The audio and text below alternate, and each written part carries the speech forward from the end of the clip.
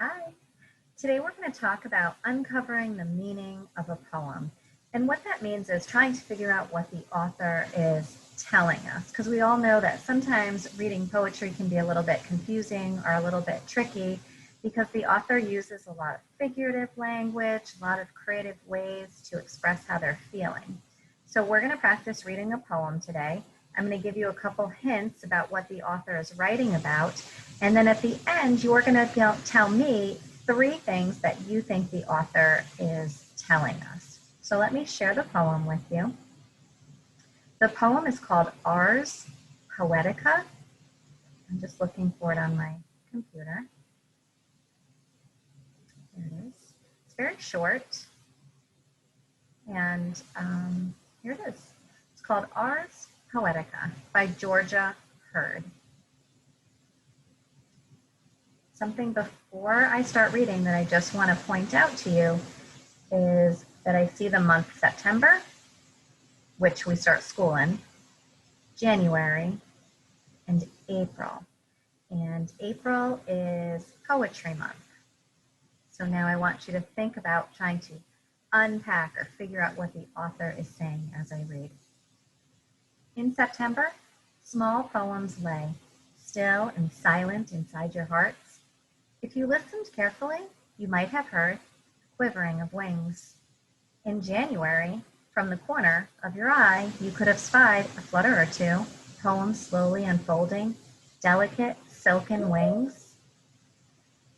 In April, poems began to appear everywhere, rainbow wings beating, flapping, hovering over desks, hanging from the ceiling, tips of noses, tops of heads. It was difficult to get any work done.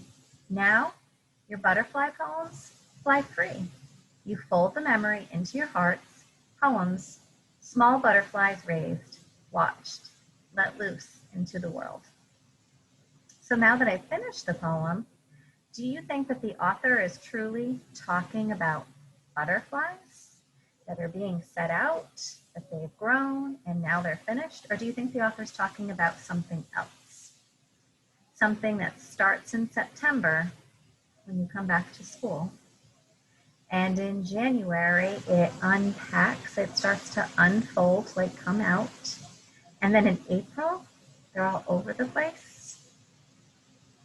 I hope with the few hints that I gave you that you were able to give me 3 ideas, 3 of your thinkings about what this author, Georgia Hurd, is really talking about. Remember my hints. We start school in September, then January, April, and April is Poetry Month. All right. So for my kids in Seesaw, you'll be able to write on this poem to give me your 3 pieces of thinking. And the kiddos with Miss McNally and Miss Shannon, you'll be writing your 3 pieces of information or your 3 pieces of thinking about unpacking this poem, what the author is really telling us in your designated spot. All right. Thanks, guys. Have fun.